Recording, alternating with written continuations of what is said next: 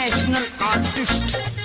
अगर बहुजन जाग गया तो समझो कि ये 15% यहाँ से भाग गया। मूर्तियां ने तोड़ो सो, दलितों के घर फोड़ो सो, आतंक मचाया से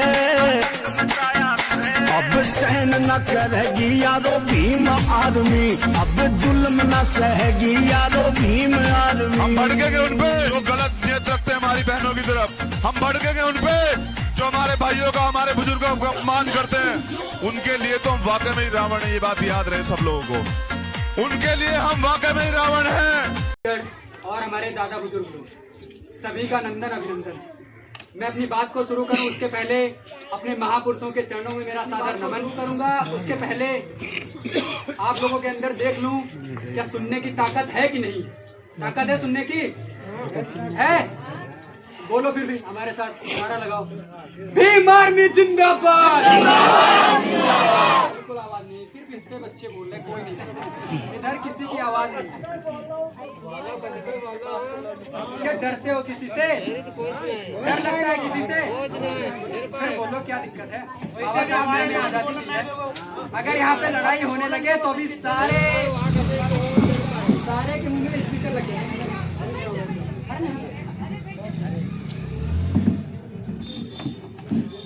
तो हमें जोर से आवाज लगानी है, ठीक है? बाबा साहब अमर रहे। बहुत अच्छी बात है, आनंद आ गया। और तेज बोलो, बाबा साहब अमर रहे। बाबा साहब अमर रहे। बहुत बहुत धन्यवाद आप सभी का, इतनी भारी संख्या में अपना कीमती समय निकाल के यहाँ पर उपस्थित हुए। अभी जो भी हमारे बड़े भाई नरेश गौतम जी के द्वारा आपने सुना और भीम आर्मी के सदस्य भाई गौरव अर्कवंशी जी के द्वारा सुना, क्या वो सारी बातें सत्य हैं कि नहीं है? सत्य है कि नहीं? तो हमें इन बातों पे अमल करना चाहिए कि नहीं करना चाहिए? लेकिन हम लोग ऐसा नहीं करते। आप लोग यहाँ पे हाँ कर दोगे लेकिन बाद में सब भूल जाओ। क्योंकि हमारे अंदर, हमारे पास एक बहुत गंदा गुण है, एक बहुत गंदी चीज है। और मैं बस इतना बता गया हूँ, आप लोग समझ गए होंगे वो गंदी चीज क्या है। समझ गए कि नहीं? वो हमारी है शराब। और यहाँ पे 80% लोग करते होंगे। जिस दिन हमने नशे को त्याग दिया उस दिन हम भी सफल होंगे और हमारी आने वाली पीढ़ी भी सफल होगी। लेकिन हम लोग कहते हैं कि भैया देखो दारू ही हमारा जीवन, हम इसको नहीं छोड़ पाएंगे। तुम अगर इतना कह रहे हो तो हम 2 क्वार्टर की जगह 1 क्वार्टर पिए, लेकिन पिएंगे जरूर। होता है ऐसा नहीं होता? अब हम लोग यहाँ पे जितने भी लोग बैठे हैं कोई बिजनेसमैन नहीं होगा, सारे लोग दिहाड़ी करने वाले हो। और दिहाड़ी कितनी चलती है? 300 साढ़े 300 ऐसी तो चलती है। 300 साढ़े 300 चलती है, उसमें से हमें 100 रुपए ठेके पे खत्म करके आने हैं सामने। खत्म करके आते हो कि नहीं आते? और अगर बीवी घर में कह दे कि आज मुझे 200 रुपए वाली साड़ी ले दो तो कहेंगे पैसे नहीं मेरे पास। और अगर वो ज्यादा जिद करे तो कहो उसका मुंह लाल कर दे थप्पड़ों से। होता है ऐसा नहीं होता? तो ये चीजें हम लोगों के अंदर है। हम लोग न दलित हैं न शूद्र हैं। हम लोग अपने कर्मों से दलित बने, अपने कर्मों से शूद्र बने। हम लोगों ने अच्छे आचरण नहीं अपनाए, इसलिए हम क्या हैं? शूद्र हैं, दलित बोले जाते हैं। हमारे अंदर सारे गुण हैं अपनी अच्छाई को दर्शाने के, लेकिन हम लोग दरिंदगी तब भी करते हैं। वो अच्छे मकान बनवा सकते, हम लोग नहीं बनवा सकते। उनसे ज्यादा ताकत हमारे शरीर के अंदर होती है। आप पढ़िए हमारे जो पूर्वज थे उनका इतिहास, कितने मजबूत हुआ करते थे। और आज हम लोग बिल्कुल उनको भूले बैठे हैं। तो आप लोग ज्यादा कुछ नहीं, बाबा साहब का देखिए, आजकल सबके पास फोन है। उन्होंने अपने समाज के लिए क्या कुछ नहीं किया, जितना उन्होंने किया है आज हम लोग भी उसका 1% भी 4 बच्चों की कुर्बानी दे दी बिना कफन के। उन्होंने अपने बच्चों को दफनाया लिए, हम सबके लिए। लेकिन आज हम लोग उनको भूले बैठे। आज हम लोग वहां जाते हैं जहां हमें पेशाब पिलाई जाती है, जहां पे हमारा मुंडन करवाया जाता है, जहां पे हम लोगों को भगाया जाता है। अरे क्यों जाते हो भाई वहां जहाँ पे अपना सम्मान नहीं होता है? वहां पे जाओ जहाँ पे आपका सम्मान होता है, जिसने आपको जीने का अधिकार दिलाया। आज कुर्सियों पे बैठे हो, अच्छे कपड़े पहने हो, अच्छी अच्छी जगह पे जा रहे हो, अच्छी अच्छी नौकरी पा रहे हो, किसकी देन है? बाबा साहब की देन है। किसकी देन है? बाबा साहब की देन है। तो बाबा साहब को भगवान मानो ना। आप अगर आपकी गली में कोई प्यासा बैठा है, प्यास के मारे उसकी जान निकल रही है, और आप अगर उसको पानी दे दोगे तो उसके लिए तो आप भगवान हुए ना। हुए कि नहीं हुए? आपकी प्रशंसा करेगा या किसी और की प्रशंसा करेगा? आपकी करेगा ना। हम लोग जानते हैं कि हमारे लिए बाबा साहब ने इतना सब कुछ किया, लेकिन उसके बाद भी हम लोग उनको नहीं भूले बैठे हैं। हम लोग जब 14 अप्रैल आएगी, यहाँ से रैली निकलेगी, तब जय भीम करते हैं। कहीं कोई प्रोग्राम लगा होगा, जय भीम करते हैं। सिर्फ नाम बोलने से कुछ नहीं होता। उनके विचार पे चलना होगा, उनके आदर्शों पे चलना होगा, और उनके संघर्ष को देखकर हमें संघर्ष करना होगा। बाबा साहब ने कहा था, शिक्षित बनो, संगठित रहो और संघर्ष करो। और हम तीनों में अभी पूरी तरह से सक्षम नहीं है। हम लोग अभी अधूरा ज्ञान के घूमते। हमारा बच्चा हाई स्कूल इंटर कर लेता है, उसके बाद हमारे घर वाले कहते हैं भैया अपना कमाओ, अपनी पढ़ाई करो, फिर बारात करो। कहते ऐसा नहीं कहते? कहते भैया अब हमारी जिम्मेदारी खत्म। कहते हैं कि हमारी जिम्मेदारी खत्म, तुम जानो। वही बच्चा इंटर करके बाहर कमाने के लिए जाता है तो उसे गंदी गंदी लत लग जाती है। जैसे सिगरेट पीने लगेगा, दारू पीने लगेगा, और सारी चीजें होती है जो उसके अंदर आ जाती हैं। फिर हमारे माता पिता कहते हैं कि हमने इन्हें पढ़ाया लिखाया था, अब ये बेकार हो गए तो हम क्या करें? इसमें भी गलती माँ बाप की होती, क्योंकि जब तक फल पेड़ की छांव में रहता है तब तक वो सेफ रहता है, और जैसे ही तना डगमगाया वो गिर जाएगा, फिर वो बेकार हो जाएगा। तो मैं बड़े का ध्यान आकर्षित करना चाहता हूं अपनी बात की ओर, कि जितने भी हमारे ये पूर्वज लोग बैठे हैं, दादा लोग बैठे हैं, ज्यादा से ज्यादा अपने बच्चों को पढ़ाइए। उनकी पढ़ाई के लिए आप आधी रोटी की जगह आधी से भी कम खाइए, लेकिन बच्चों को जरूर पढ़ाइए। क्योंकि आज मैं भी बोल रहा हूं तो ये सिर्फ शिक्षा की दम पे, क्योंकि मैंने बाबा साहब को पढ़ा है, माननीय काशीराम साहब जी को पढ़ा है, मैंने बिजली पासी को पढ़ा है, मैंने सुहेल देव पासी जी को पढ़ा है, तो मैंने महापुरुषों को पढ़ा है। मुझे पता है कि उन लोगों ने हमारे लिए क्या किया। मुझे पता है कि जो भी उन्होंने हम पे कर छोड़ा है, मैं ऐसे ही करके अदा कर सकता हूँ, ऐसे ही चुका। सारी चीजें हैं। बाकी आज के समय में आप लोग जानते होंगे कि आप लोगों की आवाज सड़क से लेकर संसद तक कौन उठा रहा है? जानते हो कि नहीं उठाते? जानते हो कौन उठा रहा है?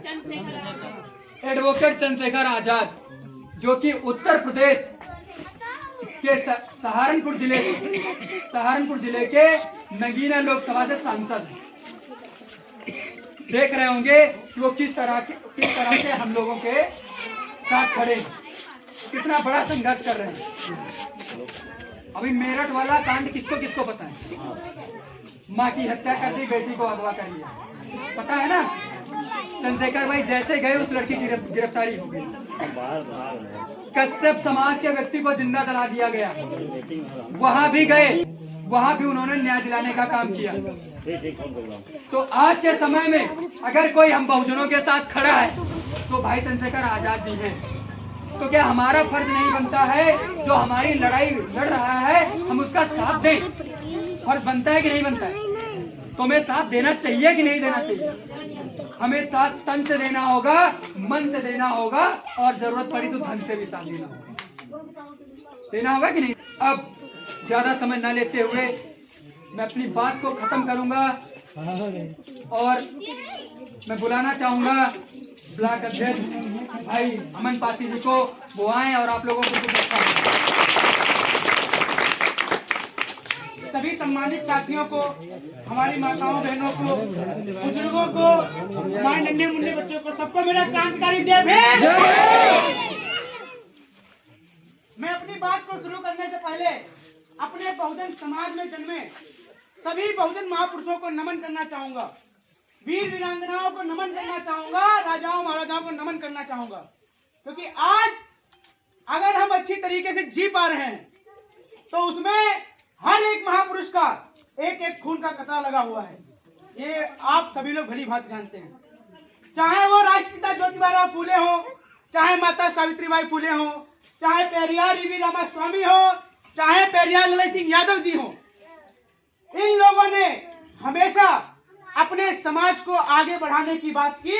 इसीलिए आज इतिहास में उनका नाम लिखा है और हम लोग अपनी जुबान से उनका नाम ले रहे हैं। क्योंकि जितने भी महापुरुष हुए वो अपने लिए नहीं जिए। क्या वो अपने लिए जिए? माननीय काशीराम साहब जी क्या अपने लिए जिए थे? क्या उन्होंने अपने परिवार के किसी को लाकर सीएम बनाया था? तो जो भी लोग त्याग करते हैं, किसके लिए? समाज के लिए, अपने लोगों को आगे बढ़ाने के लिए, तो समाज भी उनका हमेशा से आदर सत्कार करता है। आप देखते होंगे कि माता सावित्रीबाई फूले ने कीचड़ उनके ऊपर फेंका गया, पत्थरों से वे मारी गई, फिर भी वे अपने मिशन से कभी भटकी नहीं। क्यों नहीं भटकी? क्योंकि उनको पता था कि अगर हमारे द्वारा एक भी बच्चा पढ़ जाता है तो पूरा इतिहास का भूगोल ही बदल देगा। और ऐसा ही हुआ। जो लोग कहते थे कि अगर आप अपने बच्चों को पढ़ाओगे तो आप पाप के भागीदार होगे, अगर आपका बेटा पढ़ेगा तो आपका बेटा पाप का भागीदार होगा। और वो पाप आज देखिए, आज हमारा बेटा पढ़ता लिखता है तो आईएएस, आईपीएस, डॉक्टर, वकील उसी पाप के कारण बनता है। हमारी कोई बहन बेटी पढ़ती है तो आज साइकिल से लेकर जो हवाई जहाज आप देखते हैं उनमें भी हमारी बहन बेटियां हैं। पंच से लेकर राष्ट्रपति तक हमारी बहन बेटियां हैं। ये पाप हो रहा है, तो ये पाप अच्छा है या नहीं अच्छा बताओ? जैसे आज हमारे लोगों को कहा जाता है, हमारी अम्मा लोग क्या करते हैं, मुर्दों मान लेती, नीम सार के लोग महांगी नाम जी का नन्ना जी पर है, अगर वहां नहीं मुड़ना कहीं तो खटिया पलट दी शाम का। तो ये डर और डर का ही आजकल धंधा ये लोग कर रहे हैं। अगर कोई मन्नत मांगी है, अगर 100 किलो प्रसाद मानो है नीमसार में यहाँ, तो चढ़ाना है, भले ही घर की लुटिया उटिया से बिक जाए, है नहीं? तो इन चीजों से हम लोगों को निकलना होगा। पेरियार साहब जो थे, जो पेरियार का मतलब ही होता है जो धर्म, पाखंडवाद, अंधविश्वास इन सबसे दूर हो।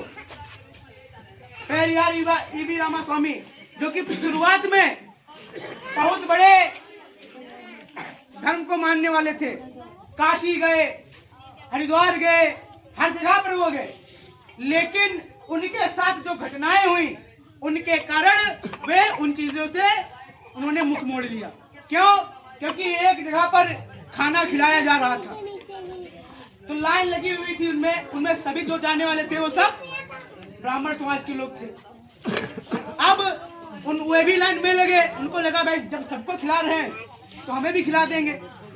तो जैसे क्या उनकी वेशभूषा, असल में यात्री थे तो जगह जगह का भ्रमण करते रहते थे, वहां पे देखते थे क्या हो रहा क्या नहीं।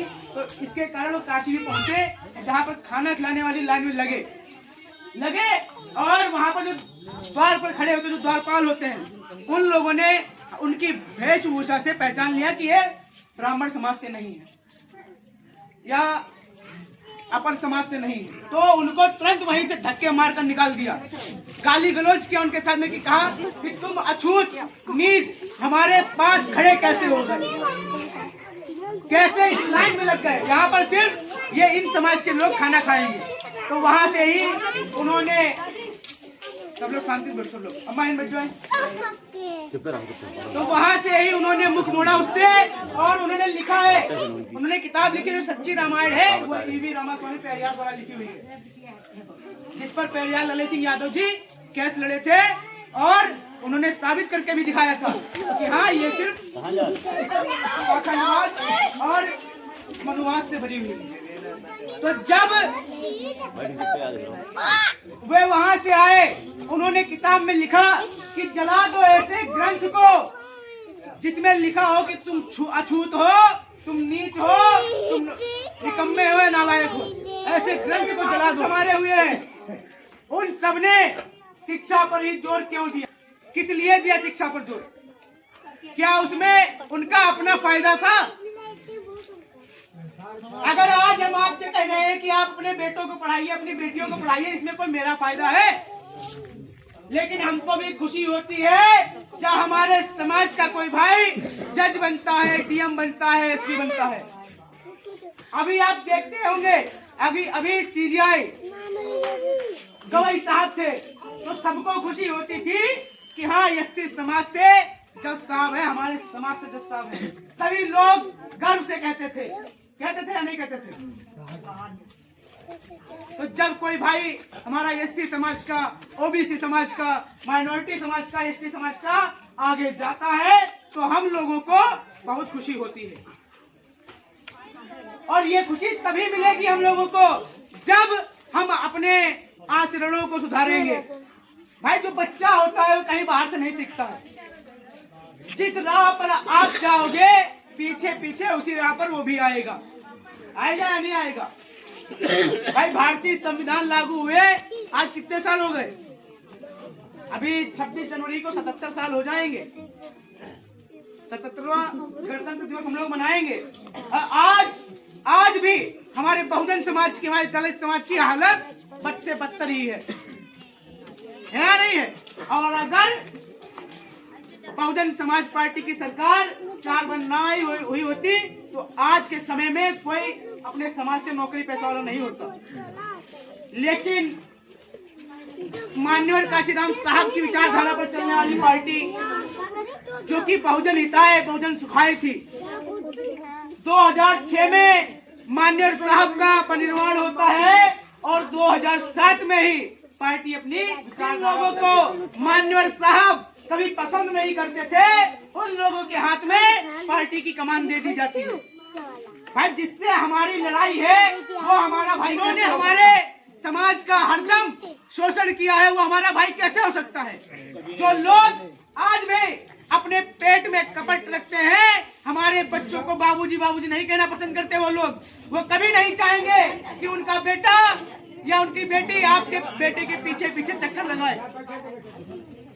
आप देखते होंगे कि जहां पर दलित समाज के लोग कमजोर हैं वहां पर अछूत हैं, शूद्र हैं, दलित हैं, और जहां पर दलित समाज के लोग पढ़े लिखे मजबूत हैं वहां पर वो अपनी बेटी ब्याह देते हैं, है या नहीं है?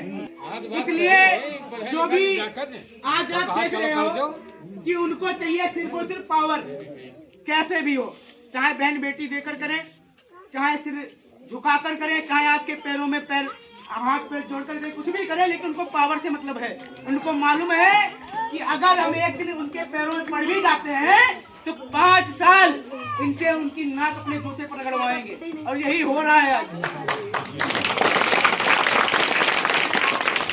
आपके वोट के लिए वो लोग आपकी गली में आते हैं